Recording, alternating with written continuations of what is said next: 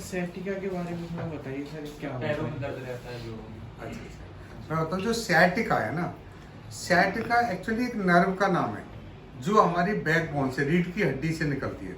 जो हमारे रीढ़ की हड्डी के जो वर्टिब्रा होते हैं, उन वर्टिब्रा से जो नर्व्स निकलती हैं, जो हमारा बैकबोन होती है, जिसे लंबर वर्टिब्रा और सैक्रल, यानी कि ये जो हमारी कमर होती है ना, यहाँ ये उसे बोलते हैं लंबर वर्टिब्रा, इसे बोलते हैं सैक्रल वर्टिब्रा।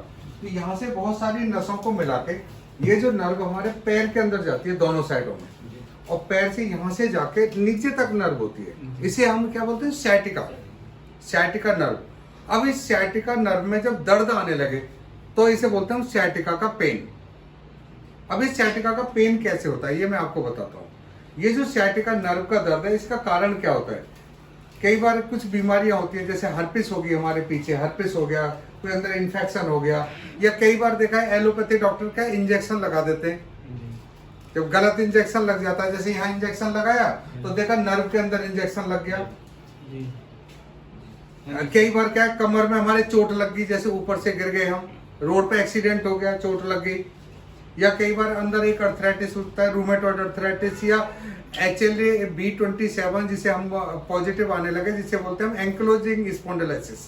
जब उसकी स्टार्टिंग होती है तो हमारे यहाँ दर्द आने लगता है और चोट लग जाती है जब होता है, और डिस्क अपनी जगह से हट जाए।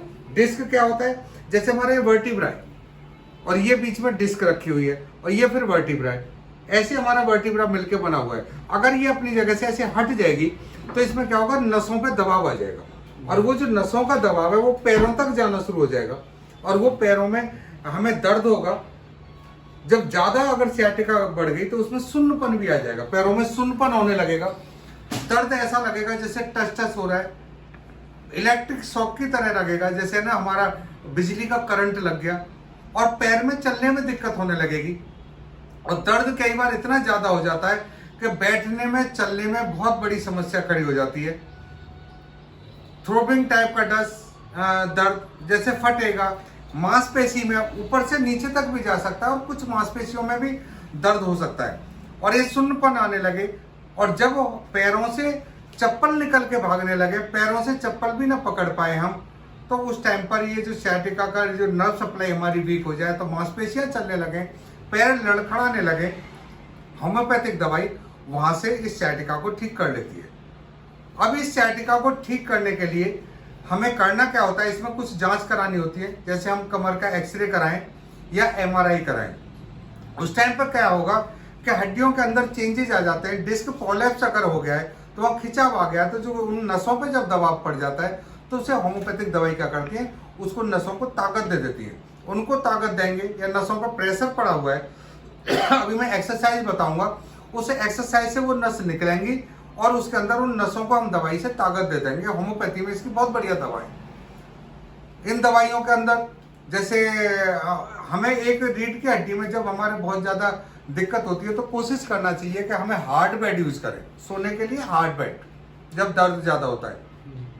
5-6 सप्ताह एक्यूट एक सैटिका होती है जो तुरंत अभी दर्द शुरू हुआ, एक क्रोनिक होता है जो काफी लंबे समय से आ रहा है।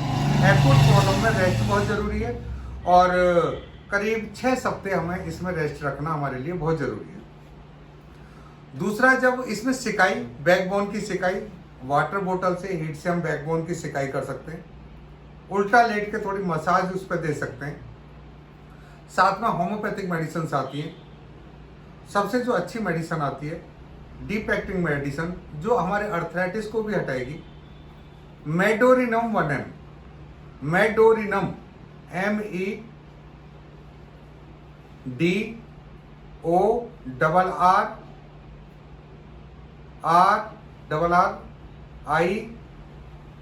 MEDORRRINUM, medorrhinum 1M। इसमें एक खुराक खाएंगे, इसका दर्द कैसा होता है, इसमें हड्डियों में बदलाव आ जाता है, पैरों में नीचे दर्द होता है, फटने वाला दर्द होगा, सुन्नपन होगा, एड़ी के पास तक दर्द आ जाएगा, ऊपर से नीचे तक दर्द होगा। तो जब भी इलाज शुरू करो, मेडोरिनम 1M में एक खुराक पहले दिन खाना है। फिर मेडिसिन मैं आपको बताता हूँ, रेस्टॉक्स। रेस्टॉक्स का पेशेंट होता है, जब वो चलता है तो उसे थोड़ा थोड़ा आराम आने लगता है, जब वो बैठ जाता है, रेस्ट करता है, तो उसका बढ़ जाता है। अंदर से फटने वाला दर्द होता है, दबाने से उसे अच्छा लगेगा, ठंड से उसका दर्द बढ़ जाता है, गर्म में रिलीफ होता है।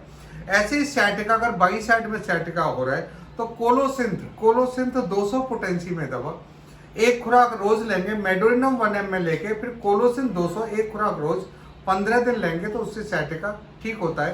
ऐसे ही हम जरूरत पड़े तो 15 दिन बाद फिर रिपीट कर सकते हैं। कोलोसिंथ का जो सिम्टम्स होता है, पैर बाएं पैर में नीचे तक दर्द जाएगा और वो दर्द ऐसा लगेगा जैसे फटेगा। अगर उस दर्द को दबा दिया जाए, हाथ से दबाने से उसमें आराम आता है उस दर्द के अंदर। अगर गर्म सिकाई कर दी जाए तो उससे रिलीफ आता है और ठंड से बढ़ता है, ठंडी हवा से बढ़ता है, बरसाती हवा से बढ़ता है। ऐसी अगर सीधी साइड में अगर sciatica का दर्द है तो दवा मैगफॉस, मैग्नीशियम फॉस्फोरिकम, MEGNESIUM,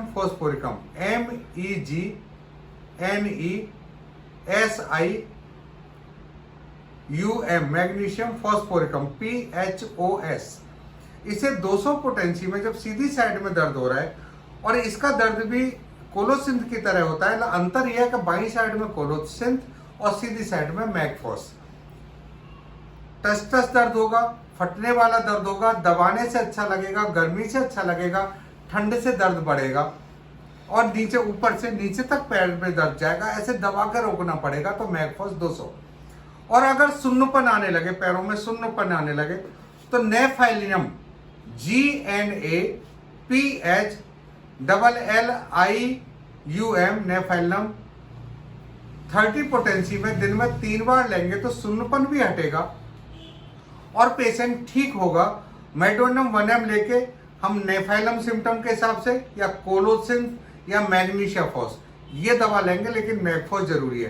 कई बार चोट लग जाती है, बैकबोन में चोट लग जाती है, लंबी चोट लगी है, पुरानी चोट लगी है, तो उसमें हम हाइपेरिकम या बेलिस पेरिनिस मेडिसिन देते हैं। हाइपेरिकम 1 ml में एक खुराक या बेलिस पेरिनिस 1 ml में एक खुराक, अगर चोट का केस है तो। और अर्थराइटिस है और वैसे हमारा टिश्यूज में चेंजेस आ गए तो मेडोरिनम। अब इसमें रेस्ट बहुत जरूरी है, सिकाई बहुत जरूरी है। अब मैं आपको एक शॉर्ट एक्सरसाइज बताता हूँ और मैं आपको शॉर्ट में ये सारी चीजें बता रहा हूँ, डिटेल तो हम क्लिनिक पे ही पूछते हैं। शॉर्ट में आपको जो मैं एक्सरसाइज बता रहा हूँ, इन 4 एक्सरसाइज को करोगे तो sciatica का दर्द अपने आप ठीक हो जाएगा। तो मैं आपको एक एक्सरसाइज बताता हूँ।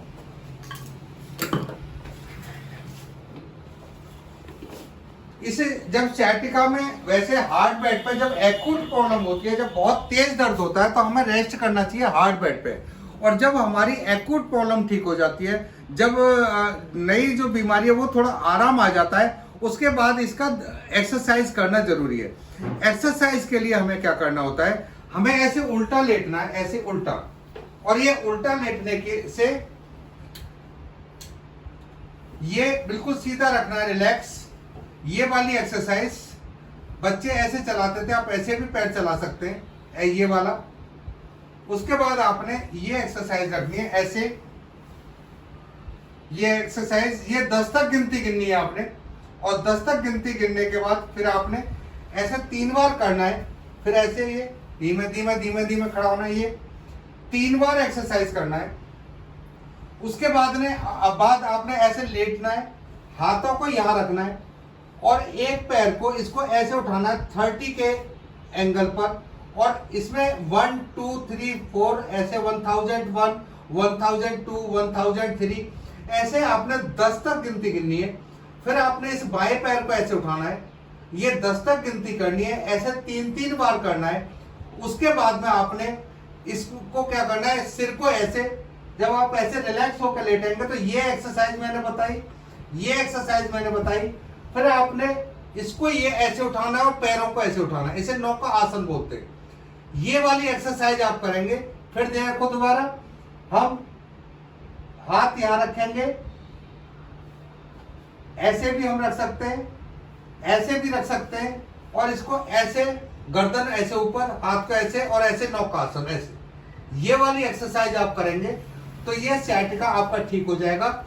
ठंडे से बचना है, फ्रिज की ठंडी चीजें नहीं लेनी आपने, ठंडा और खट्टा नहीं लेना, मसाले वाली चीजें आपने कम खानी है, इनसे आपका sciatica ठीक हो जाएगा। 100% sciatica ठीक हो जाता है, इसमें कभी ऑपरेशन करने की जरूरत नहीं पड़ती।